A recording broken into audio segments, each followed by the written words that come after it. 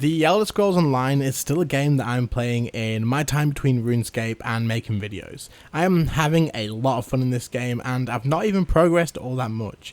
As a few of you will know, that we did make a character on stream, and that is something that I only play while I'm streaming. However, I have made a second account just to sort of play in my own time and when I don't have time to stream, because I've really enjoyed this game on what I did do in the stream and I wanted to experience more of it. And to be completely honest, I have had a hell of a good time. I am definitely still in those early stages of the game, and that is something that is huge for an MMORPG.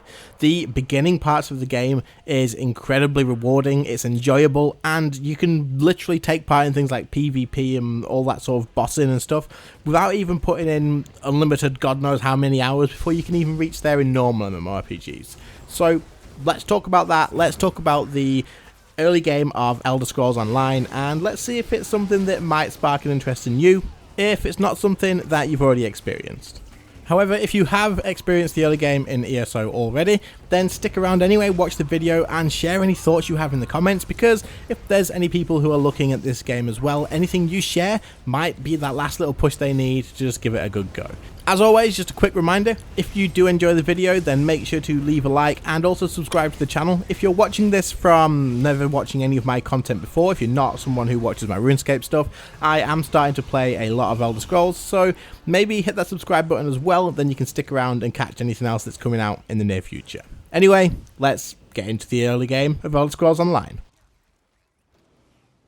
So this video isn't going to be your typical list off all the things that you can do in the beginning, because that's not the sort of thing that I want it to sort of turn out as. I want to kind of discuss all the things that you can do in early game and why it becomes such a better feeling in this game than other games that I have played, and then I want to basically show you guys some of that stuff and I guess give you kind of an experience of it for yourselves, even if you're not playing, but at least you'll get to see what the content's like and hopefully it does spark that interest in you.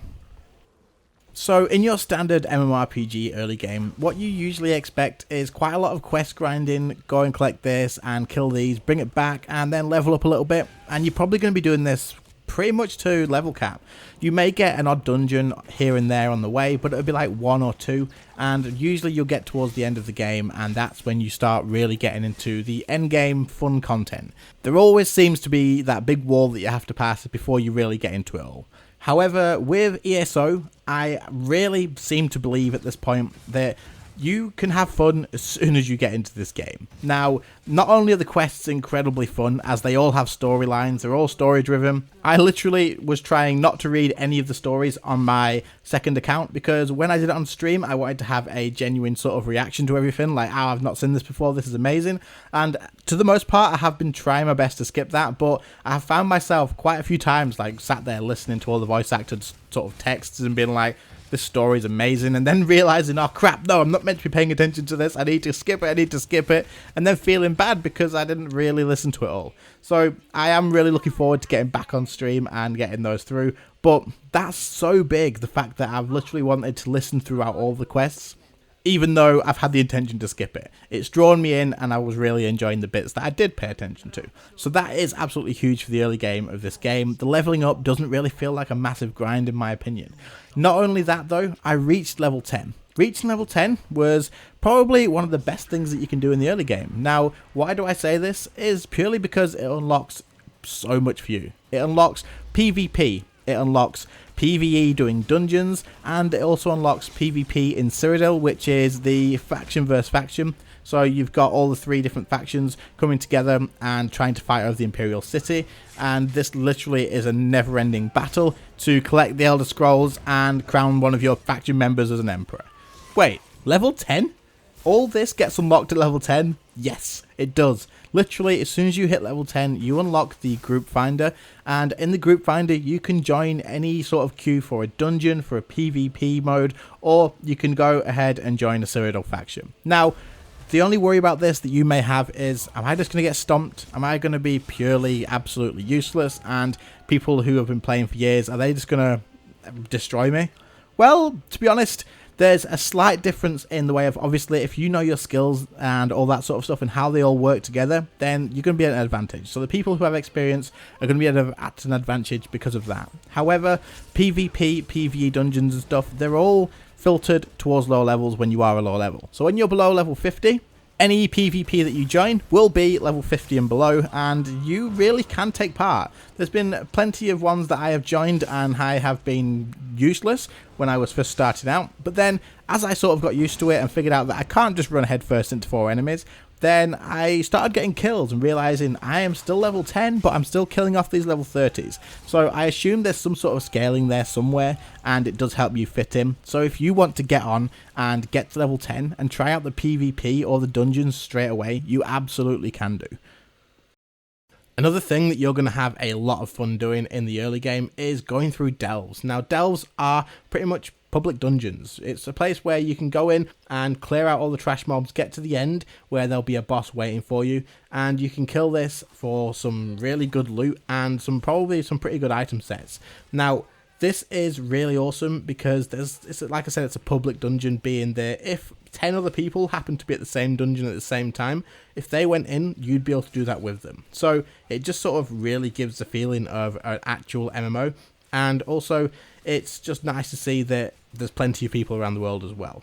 However, this just brings an extra sort of enjoyment to leveling up in the game, because you'll be going to a quest location, you'll stumble across one of these delves, and you can go in there, fight through all the trash mobs, get to the end, kill the boss, and hopefully get something really, really worth your while for your character.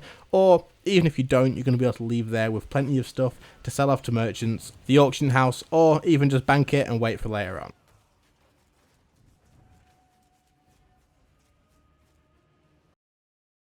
So now that I've covered quite a few things that you're going to be doing early game, at least from my experiences, I just wanted to, while you watch me do this Frost Dragon World Boss, which was, by the way, freaking amazing, I just wanted to quickly let you know the next things that we're going to be doing is going through pretty much like a live playthrough of dungeons and also PvP. I'll be cutting it up and editing it around for you guys so you can enjoy it a bit more. It's not just be a full, like, thrown in there for you. So it'll just let you guys sort of experience what it's like without having to play it if it is something that you are looking into getting into this game, and you'll get an idea of how it sort of is and what you can expect from it. Just keep in mind that I'm still pretty new to the game, so my PvP is a little bit but also, to be honest, that would sort of be how it'll go for you as well, I suppose, because you'll be new to the game as well, especially if this is the sort of thing you're looking at getting into, so it'll give you a pretty fair idea of how it goes. So let's start off with the PvE, I guess, seeing as you've seen quite a bit of the PvP earlier on. We'll start off with the dungeon and see what sort of thing you can expect to get from there. If you are pretty much satisfied with what you've seen so far and you plan on clicking away from the video now, really do appreciate you watching. Thanks for watching, and if you are excited to see the live gameplay, then stick around because we're jumping straight into the dungeon now. Let's go, let's jump in this dungeon together and let's see how it goes. So this is going to be going into our first dungeon, and this is going to be a live sort of commentary of it and my thoughts as I'm going through it. If you have seen my previous video about is it worth playing the Elder Scrolls Online or whatever that was called, my first impressions possibly, then you probably will know that I have done dungeons before, and I think I've done this specific one. But I wanted to go through and show you guys a fresh new playthrough of this, and then you can see. So you do get quests throughout the dungeons, and they're all quite interesting as well. It's all voice acted and everything like that too. You do have your healer, tank, and 2 DPSs. But I think early on, it doesn't really matter all that much. I could be wrong, but from what my last experience was when I was the healer, I really didn't need to be healing the tank. He was absolutely fine. So as usual, you get quite a lot of mobs to kill through, your usual trash mobs, and then you're going to be going through to the bosses. So we've got our first sort of mini boss, I suppose, over here. And of course, it's a freaking huge spider. Throw our ultimate out on that. See if we can get a bit of a stun on it, and then use our assassinate ability. There we go. Nice and dead. That's the way I like my spiders. Level 11. So this is something actually that I remember. Dungeons are an amazing experience. They're so good for experience points. Second massive spider up there. Let's go up and help this guy throw my ultimate on the boss. That's it. We'll try and stay behind so that it doesn't focus us, hopefully. Say that, and then it always turns out that that's exactly why they focus me.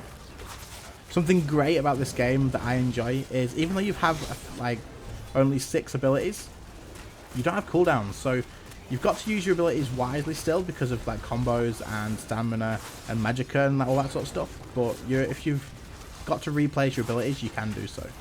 Freaking die. That's it. Second massive spider dead.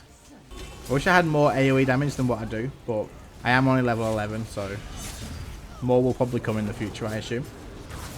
The music makes everything feel so epic. Like it just makes it feel like you're in such a massive battle. Freaking healers, get rid of them. That bear just mauled him to the ground. Sucks to be you. There we go. Oh, shit.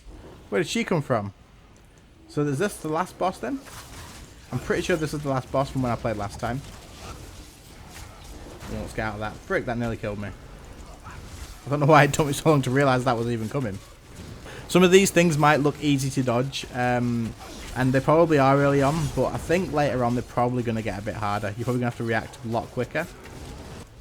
Now that she's low, we can start. Shit. What happened then? Oh, is it happening again? What is going on? Good stuff. Level 12 after literally one dungeon. We've gone from level 10 to level 12. Talk to this guy and hand our quest in. No. Level 14. Leveled up again. And that, guys, is just one of the many dungeons in this game.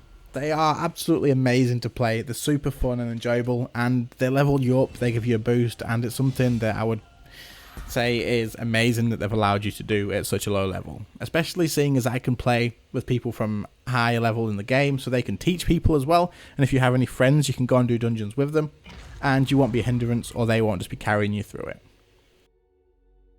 So the next thing that we are going to head into is going to be looking at PvP. Now this is a domination battleground, and I basically capture the flag. So this should be a lot of fun. I have played quite a few of these. Well, I say quite a few. I've played about 4 or 5. Like I said earlier on in the video, all of the levels in this are going to be below 50. As you can see, we've got a 42, we've got a 26, and I'm level 14. But I believe there's also some scaling in it because I usually don't get completely stomped. We'll go get this one over here as quick as we can. Go, go, go, go, go. So as you hold the flags, you do get points for your team. Still one in the center here that I want to go and grab. There's a good chance that it's probably going to get taken, or I'm probably going to die when I'm trying to get it. Someone come in here.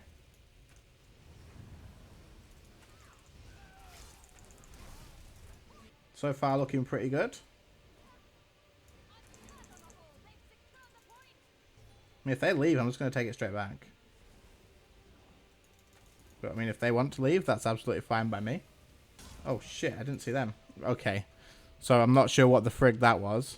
But so far our team is ahead by 80, well, not by 80 points, but with 80 points. So looking pretty good. There we go. Frick you. See if we can take this point back now. So usually you would have 2 weapons, which would give you 12 abilities to go through. But I am still on level 14, and it's level 15 that you do unlock that. That's us done. Good stuff. And can we stab them off? That's where they're gone. They're gone invis. That's not our allies. Let's just stand away from that for a second. Still here though. Don't worry, ally.